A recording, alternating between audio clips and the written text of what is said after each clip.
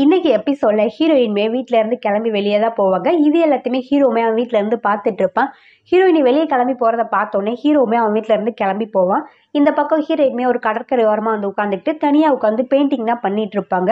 அதை இடத்துக்கு ஹீரோவுமே அவனோட ட்ரோன் எடுத்துட்டு வந்திருப்பான். ஹீரோயின் எங்க இருக்காங்க அப்படின்னு சொல்லிட்டு ட்ரோன் மூலமா பார்த்துட்டு இருப்பான். அந்த ட்ரோன்மே ஹீரோயின் இருக்க இடத்துக்கு வந்துடும். இதை பார்த்த ஹீரோயின்மே இந்த ட்ரோன் எப்படி இங்கே வந்துச்சு, அப்போ ஹீரோ இந்த இடத்துல தான் இருக்கா அப்படின்னு சொல்லிட்டு அவள் கத்திட்டு இருப்பா. எதுக்காக இந்த மாதிரி நீ பண்ணிட்டு இருக்க, ஏன் என்னை ஃபாலோ பண்ணிக்கிட்டே இருக்க, உனக்கு வேற வேலையே இல்லையா, எப்போ பார்த்தாலும் இந்த ட்ரோனை வச்சு நீ என்னை ஃபாலோ பண்ணிக்கிட்டே இருக்க அப்படின்ற மாதிரி அவங்க கத்திக்கிட்டு இருப்பாங்க. அப்போ இந்த டைம் என்ன பண்ணணும்னா அந்த ட்ரோன் அவளை ஃபோட்டோ எடுத்துகிட்டு இருக்கோம். ஏன்னா இந்த டைம் ஹீரோ அதில் கேமரா செட் பண்ணி அனுப்பியிருந்திருப்பான். இவ்வளோ ஃபோட்டோ எடுக்கும். இதை பார்த்தோன்னே என்ன நீ என்ன ஃபோட்டோலாம் எடுக்கிறியா, இந்த மாதிரிலாம் ஏன் பண்ணிட்டு இருக்கு அப்படின்னு சொல்லிட்டு அந்த ட்ரோன் அடிக்க போவா. அதுக்கடுத்து என்ன யோசிச்சானே தெரியல. சரி ஃபோட்டோ தானே, நான் வேற ரொம்ப அழகா இருக்கல, அதனால கண்டிப்பாக நீ ஃபோட்டோ எடுப்பேன்னு தெரியும், சரி எடுத்துக்கோ, எவ்வளோ பிக்சர் வேணாலும் எடுத்துக்கோ அப்படின்னு சொல்லிட்டு அவள் போஸ் கொடுக்க ஆரம்பிச்சிடுவா. அது வாட்டுக்கா கேமரா கிளிக் பண்ணிக்கிட்டே இருக்கும். இவளுமே நிறைய போஸ்லாம் கொடுத்துட்டு இருப்பா. அப்போ ஹீரோமே அதை கண்ட்ரோல் பண்ணலான்னு சொல்லிட்டு அதை கண்ட்ரோல் பண்ண பார்ப்பான். ஒரு கட்டத்துக்கு மேலே அந்த ட்ரோனை இவனால் கண்ட்ரோல் பண்ண முடியாது. அந்த ட்ரோன்மே ஹீரோயினி மேலே போய் விழ போகிற மாதிரி போகும். அதை பார்த்த ஹீரோமே டக்குன்னு அந்த இடத்துல ஓடி வந்துட்டு அவனோட கையை கொடுத்து அந்த ட்ரோனை கீழே தள்ளி விட்டுடுவான். அந்த ட்ரோன்மே அவன் கை மேலே வந்து அடிச்சு கீழே விழுந்ததுனால லைட்டாக அவனோட கையிலேயுமே அடிச்சிருக்கும். அதை பார்த்துட்டு ஹீரோயின்மே ஐயோ கையில் அடிபட்டுருச்சு அப்படின்ற மாதிரி கேட்டுட்டு இருப்பாங்க. அப்போ ஹீரோமே இல்லை ஒன்றும் பிரச்சனை இல்லை, சின்ன அடிதான் அப்படின்ற மாதிரி சொல்லிட்டு இருப்பா. அப்போ ஹீரோயினி என்ன நீ எது கேட்டாலும் ஒன்றும் இல்லை பிரச்சனை இல்லைன்னே சொல்லிட்டு இருக்க, இங்கே பாரு ரத்தமே வருது அப்படின்னு சொல்லிட்டு அவள் கையில் ஒரு கர்ச்சிப் மாதிரி கட்டியிருப்பா. அதை எடுத்துட்டு அவனோட கையில் அந்த காயம் இருக்கிற இடத்துல கட்டி விட்டுடுவா. கட்டி விட்டுட்டு ரெண்டு பேருமே அந்த இடத்துல உட்காந்து பேசிட்டு இருப்பாங்க. அப்போ அவளுமே கேட்பா இப்பெல்லாம் ஐஸ்கிரீம் சாப்பிட்றியா அப்படின்ற மாதிரிலாம் கேட்குறப்போ ஹீரோமே சொல்லுவான் ஆமாம் டெய்லி ஐஸ்கிரீம் சாப்பிட்டுக்கிட்டே தான் இருக்கிறேன். இதுக்கு முன்னாடி நான் அதிகமாக ஐஸ் வாட்டர் குடிப்பேன், இப்போலாம் நான் டெய்லி ஐஸ்கிரீம் தான் சாப்பிட்றேன்.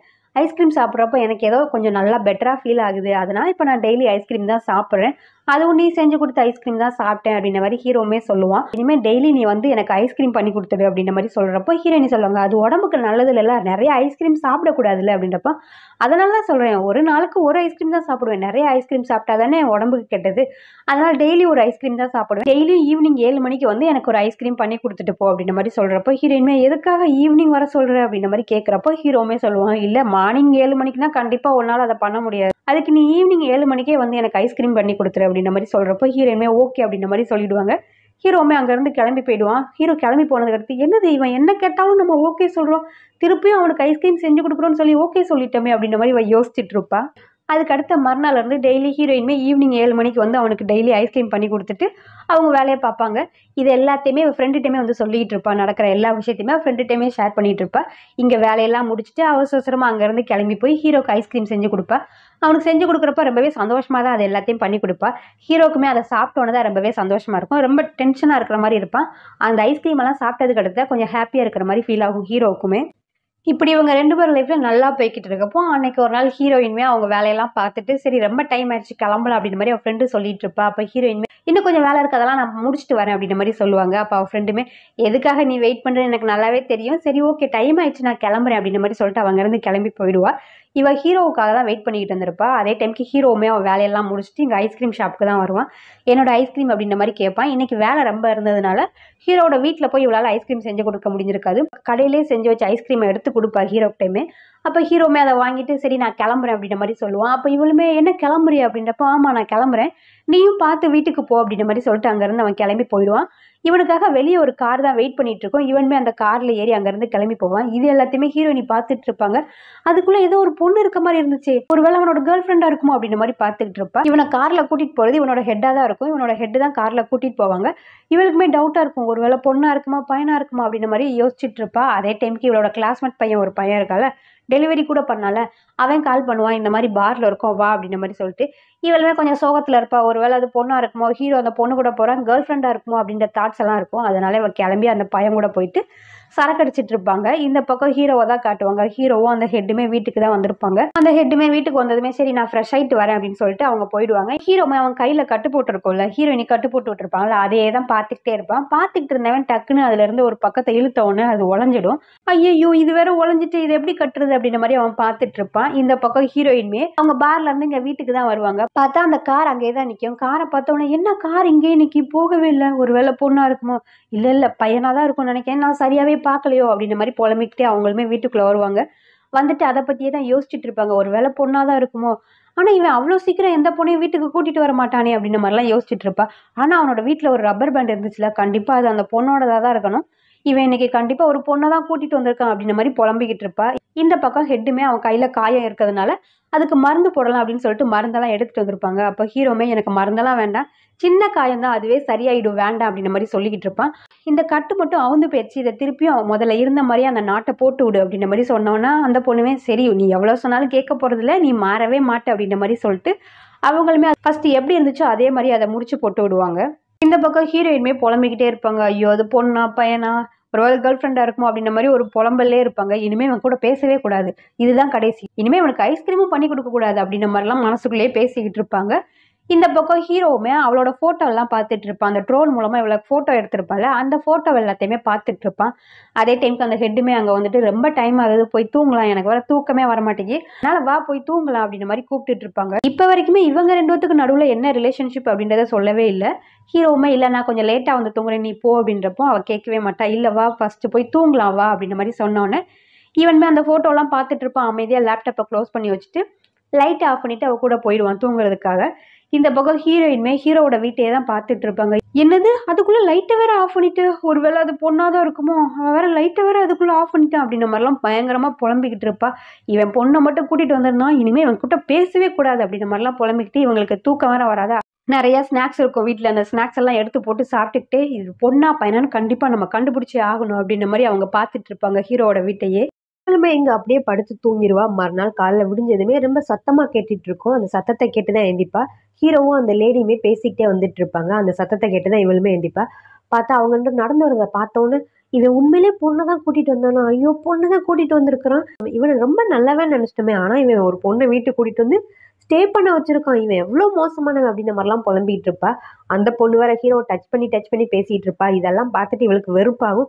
ஐயோ டச் பண்ணிலாம் பேசிட்டு இருக்கா, எப்படி நீ அவனை தொட்டு பேசலாம் அப்படின்ற மாதிரிலாம் இங்க உட்காந்துட்டு புலம்பிட்டு இருப்பா. அவங்க ரெண்டும் அங்க இருந்து கார்ல கிளம்பி போயிடுவாங்க. இதெல்லாம் பாக்குற இவளுக்கு செம்ம காண்டாகும். அந்த காண்டிலே இவளுமே கிளம்பி இங்க இருந்து கடைக்கு தான் வருவா. ஐஸ்கிரீம் கடைக்கு வந்துட்டு அவ ஃப்ரெண்டு கிட்ட தான் பேசிட்டு இருப்பா. அப்ப அவகிட்டயுமே யாரோ ஒருத்தரை பத்தி பேசுற மாதிரி கேட்டுட்டு இருப்பா. கம்பெனில ஒருத்தர் வேலை பார்க்குறப்ப அவங்க கூட வேலை பார்க்குறவங்களும் அவங்களோட வண்டியில அவங்கள கூட்டிட்டு போய் அவங்க வீட்டுல விட்டுட்டு கூட்டிட்டு வந்தாங்கன்னா அவங்க ரெண்டு பேத்துக்கு நடுவுல என்ன ரிலேஷன்ஷிப்பா இருக்கும் அப்படின்ற மாதிரிலாம் கேட்குறப்ப அவ ஃப்ரெண்டுமே சொல்லுவா, கம்பெனில ஒன்னா வேலை பார்க்குறாங்க, ஒரு ஃப்ரெண்ட்ஷிப்ன்ற அடிப்படையில இதெல்லாம் பண்ணிருக்கலாம், இதுல என்ன இருக்கு அப்படின்ற மாதிரி இவ சொல்லுவா. அப்பனா அந்த கூட வேலை பார்க்குற பொண்ணை வீட்டில் ஸ்டே பண்ண வச்சாங்கன்னா அதுக்கு என்ன அர்த்தம் அப்படின்னோடனே லவ்வர்ஸாக இருப்பாங்க அப்படின்ற மாதிரி சொன்னோன்னே என்னது லவ்வர்ஸ் அப்படின்றப்போ லவ்வர்ஸாகவும் இருக்கலாம், இல்லை அப்படின்னா ரொம்ப க்ளோஸான ஃப்ரெண்டாக இருக்கலாம், அதனால வீட்டில் ஸ்டே பண்ண சொல்லியிருக்கலாம், இதனால என்ன அப்படின்றப்போ நீ சொன்னது தான் கரெக்டு, நானும் அப்படி தான் நினச்சேன் ஃப்ரெண்டாக இருப்பாங்கன்னு சொல்லிட்டு, நான் கூட தான் என்னோட கிளாஸ்மேட் வீட்டிலலாம் போய் ஸ்டே பண்ணியிருக்கேன், அதனால அது தப்பாக எடுக்க முடியாது. ஆமாம் ஒருவேளை ரொம்ப டச் பண்ணி பேசினாங்கன்னா அதுக்கு என்ன மீனிங் அப்படின்ற மாதிரிலாம் கேட்பா.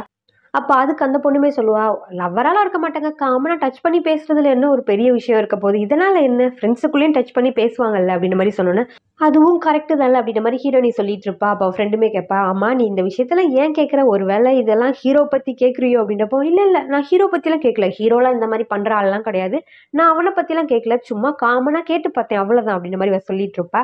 அதே டைமுக்கு ஹீரோ ஒர்க் பண்ணுற கம்பெனியில் வேலை பார்க்குற 2-3 பொண்ணுங்க அந்த ஐஸ்கிரீம் கடைக்கு தான் வந்திருப்பாங்க ஐஸ்கிரீம் சாப்பிட்றதுக்காக. அப்போ அவங்களுமே ஆர்டர் பண்ணிட்டு உட்காந்து பேசிகிட்டு இருப்பாங்க, ஹீரோ பற்றி தான் பேசிகிட்டு இருப்பாங்க.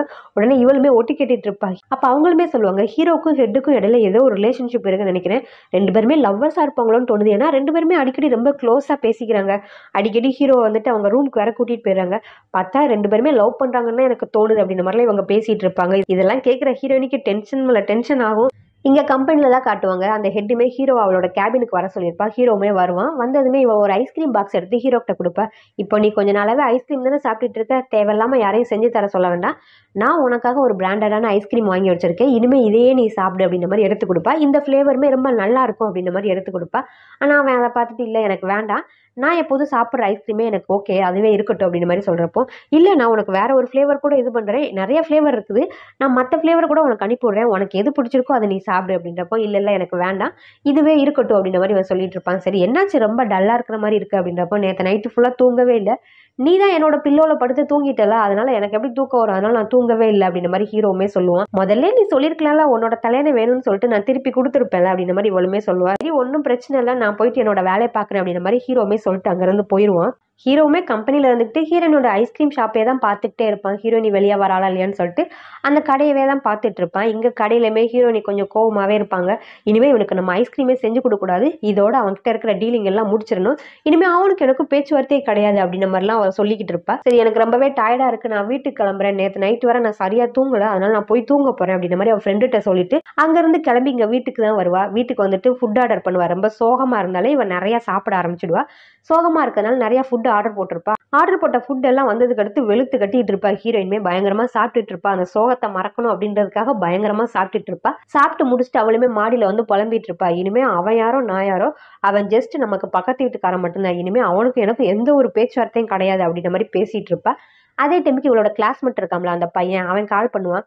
சரி இன்னைக்கு நீ விளையாட வரேன்னு சொல்லியிருந்த, உனக்கு ஞாபகம் இருக்கு அப்படின்றப்போ எனக்கு நல்லாவே ஞாபகம் இருக்கு, இந்த நான் உடனே கிளம்பி வரேன் அப்படின்ற மாதிரி சொல்லிட்டு ஃபோனை கட் பண்ணிட்டு இவன் இங்கேருந்து கிளம்பி போவேன். ஏன்னா இப்போ சோகத்தில் வேற இருக்கால, அதனால யாரு கூடயாவது கம்பெனி கொடுக்கணுன்றதுக்காக அங்கேருந்து கிளம்பி அந்த பசங்களை பார்க்கறதுக்காக தான் போவா. இந்த பக்கம் அந்த பசங்களை தான் காமிப்பாங்க. இவங்க 3 பேருமே விளையாண்டுட்டு உட்காந்து பேசிட்டு இருப்பாங்க. ஹீரோனியை பற்றி தான் பேசிட்டு இருப்பாங்க.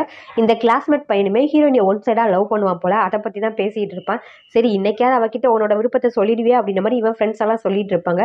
கண்டிப்பாக இன்னைக்கு சொல்லலாம்னு நினைக்கிறேன்டா, பார்ப்போம் அப்படின்ற மாதிரி இவன் சொல்லிட்டு இருப்பான். இவன் ஒன் சைடாக விரும்புவான், ஆனால் அந்த விஷயம் ஹீரோனிக்கு தெரியாது. இவன் சொன்னாதானே தெரிய போகுது, இவன் சொல்லியிருக்கவும் மாட்டான்.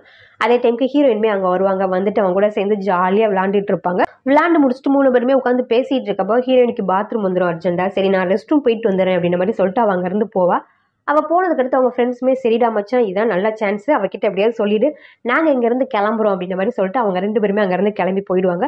இவளுமே ரெஸ்ட் ரூம் போயிட்டு இங்கே வந்து பார்ப்பா. கூட இருந்த மற்ற 2 ஃப்ரெண்ட்ஸும் போயிருப்பாங்க. என்னடா மற்ற 2 பேர் எங்கே அப்படின்றப்போ, இல்லை அவங்களுக்கு வேறு வேலை இருக்குன்னு சொல்லி இங்கேருந்து கிளம்பி போயிட்டாங்க அப்படின்ற மாதிரி சொன்னோன்னே, ஏன் போக சொன்ன, இன்னைக்கு நம்ம இருந்து செலிப்ரேட் பண்ணலாம்ல அப்படின்றப்போ, ஏன் எதுக்காக அப்படின்றப்போ, என்னடா மறந்துட்டியா, இன்னைக்கு உன்னோட பிறந்தநாள் தானே அப்படின்ற மாதிரி சொன்னோன்னே, பரவாயில்லையே உனக்கு ஞாபகம் இருக்கா என்னோட பிறந்தநாள் அப்படின்றப்போ, அதெல்லாம் நல்லா ஞாபகம் இருக்குது, இன்னைக்கு உன்னோட பிறந்தநாள், நம்ம எல்லாருமே சேர்ந்து செலிப்ரேட் பண்ணலாம், அவங்கள வர சொல்லு அப்படின்றப்போ, அவங்க எதுக்கு, நம்ம 2 பேரும் சேர்ந்தே செலிப்ரேட் பண்ணலாம், அவங்க அவங்களோட வேலையை பார்க்கட்டும், ஏன் நம்ம 2 பேரும் செலிப்ரேட் பண்ணால் என்ன அப்படின்றப்போ இவ கேட்கவே மாட்டா. அது எப்படா அவங்க இல்லாமல் நம்ம எப்படி பண்ண முடியும், அவங்களே வர சொல்லு, நம்ம எல்லாரும் சேர்ந்து செலிப்ரேட் பண்ணலாம் இன்னைக்கு உன்னோட பிறந்தநாள், அதனால ஃபஸ்ட்டு ஃபோனை போட்டு அவங்கள வர சொல்லு அப்படின்றப்போ இவன் ஃபஸ்ட்டு முடியாதுன்ற மாதிரி தயங்கிக்கிட்டே இருப்பான். ஆனால் ஹீரோயின் வந்துட்டு சொல்லிகிட்டே இருப்பாங்க அவங்க வரணும் அப்படின்ற மாதிரி. அதனால வேற வழியே இல்லாமல் போன அவங்க 2 பேரையும் திருப்பி இவனுமே கூட்டிகிட்டு வந்துடுவாங்க. கூட்டிகிட்டு ஒரு ஹோட்டலுக்கு தான் போவாங்க. 4 பேரும் அந்த ஹோட்டலில் போயிட்டு பயங்கரமாக என்ஜாய் பண்ணுவாங்க. 4 பேருமே ட்ரிங்க்ஸ்லாம் பண்ணுவாங்க. ஹீரோயினி தான் இதில் அதிகமாக ட்ரிங்க்ஸ் பண்ணியிருப்பா. ஏன்னா ரொம்ப சோகத்தில் இருக்கிறதுனால நிறையாவே ட்ரிங்க்ஸ் பண்ணியிருப்பா. இந்த பக்கம் ஹீரோவை தான் காட்டுவாங்க. ஹீரோவுமே அவனோட வேலையெல்லாம் முடிச்சு வீட்டுக்கு தான் வந்திருப்பான். வீட்டுக்கு வந்துட்டு அங்கே ஹீரோயினி வீட்டையே தான் பார்த்துட்டு இருப்பான். என்ன இவ ஆளையே காணல, எங்கே போயிட்டா அப்படின்னு சொல்லிட்டு இவனுமே கால் பண்ணி பார்ப்பான். அவள் ஃபோனே எடுக்க மாட்டா. அவள் தான் இங்கே என்ஜாய் பண்ணிட்டு இருக்காள், எப்படி ஃபோன் எடுப்பா, ஃபோனே எடுக்க மாட்டா. இவனுமே ட்ரை பண்ணி பார்ப்பான், ஃபோனை எடுத்துருக்கவே மாட்டா. என்னாச்சு இவள் ஃபோன் கூட எடுக்கல, ஏன் இன்னும் வீட்டுக்கு வரல அப்படின்னு சொல்லிட்டு இவனால் இங்கே வீட்டுக்குள்ளே இருக்க முடியாது. வீட்டுக்குள்ளே அங்கே எங்கேயும் குட்டி போட்ட போன மாதிரி அங்கே எங்கேயும் லாந்திக்கிட்டே இருப்பான். ஹீரோயின் எப்படா வருவான்னு சொல்லிட்டு அவன் அங்கே எங்கேயும் லாந்திக்கிட்டே தான் இருப்பான். அதே டைமுக்கு ஹீரோயினியும் அந்த கிளாஸ்மேட் பையனும் அப்போ தான் வீட்டுக்கு வந்து சேருவாங்க. இது எல்லாத்தையுமே ஹீரோமே அவனோட வீட்டில் இருந்து பார்ப்பான். உடனே டைமை தான் பார்ப்பான். 10:26 ஆயிருக்கும். இவ்வளோ நேரம் ஆயிடுச்சு அப்படின்னு சொல்லிட்டு டைமை பார்ப்பான். நல்லா ட்ரிங்க்ஸ் பண்ணியிருப்பா. தலைமடி தான் நடந்துட்டு இருப்பா. இது எல்லாத்தையுமே ஹீரோமே நோட் பண்ணிட்டு தான் இருப்பான். இந்த பையனுமே வீட்டில் போய் அவளை விட்டுட்டு சரி ரொம்ப டைம் ஆயிடுச்சு நான் கிளம்புறேன் அப்படின்ற மாதிரி சொல்லிட்டு இருப்பான். அவன் அப்படி சொன்ன உடனே ஹீரோயின்மே இல்லை என் அப்பா வேற கொஞ்சம் ஒயின் வாங்கி வச்சிருக்காங்க, அது 2 பேரும் சேர்ந்து குடிச்சிட்டு நீங்க இருந்து கிளம்பி போ அப்படின்றப்போ, இல்லை இதுக்கு மேலே என்னால் ட்ரிங்க்ஸ் பண்ண முடியாது, நான் வேற வண்டி ஓட்டிட்டு போகணும்ல, அதனால நான் ட்ரிங்க்ஸ் பண்ண முடியாது, இருக்கட்டும் நீ அதிகமாக ட்ரிங்க்ஸ் பண்ணிட்ட, இதுக்கு மேலே வேண்டாம் அப்படின்ற மாதிரி அந்த பையன் சொல்லிட்டு இருப்பான். சரி ஓகே நீ பார்த்து கிளம்பு அப்படின்ற மாதிரி சொல்லிட்டு ஹீரோயினுமே அந்த பையனை அங்கேருந்து அனுப்பி வச்சுடுவான். அவனுமே அங்கேருந்து வெளியே வருவான் டோரை ஓப்பன் பண்ணிட்டு. இது எல்லாத்தையுமே ஹீரோவுமே அவனோட வீட்டில் இருந்து பார்த்துட்டு தான் இருப்பான். உடனே மணியை தான் பார்ப்பான், எத்தனை மணி ஆச்சு அப்படின்னு சொல்லிட்டு டைமை தான் பார்ப்பான். அந்த கிளாஸ் மட்டுமே அங்கேருந்து போனதுக்கு அடுத்து ஹீரோமே உடனே ஹீரோயினோட வீட்டுக்கு தான் வருவான். வந்துட்டு காலிங் பெல் அடிச்சிட்டு இருப்பான். உடனே ஹீரோயினுமே அங்கே வெளியே வருவாங்க. என்னாச்சு இந்த டைமுக்கு, என்ன பிரச்சனை உனக்கு அப்படின்ற மாதிரி வந்து கேட்டுட்டு இருப்பாங்க. இவனுமே உடனே கேட்பான், என்ன நீ ஏன் ஃபோனே எடுக்கவே இல்லை, நான் உனக்கு அவ்வளோ கால் பண்ணேன், நீ ஏன் ஃபோனே எடுக்கலை அப்படின்ற மாதிரி கேட்டுட்டு இருப்பான். அதோட அந்த எபிசோட் முடியுது. நெக்ஸ்ட் எபிசோட் நாளைக்கு பார்க்கலாம். பாய்.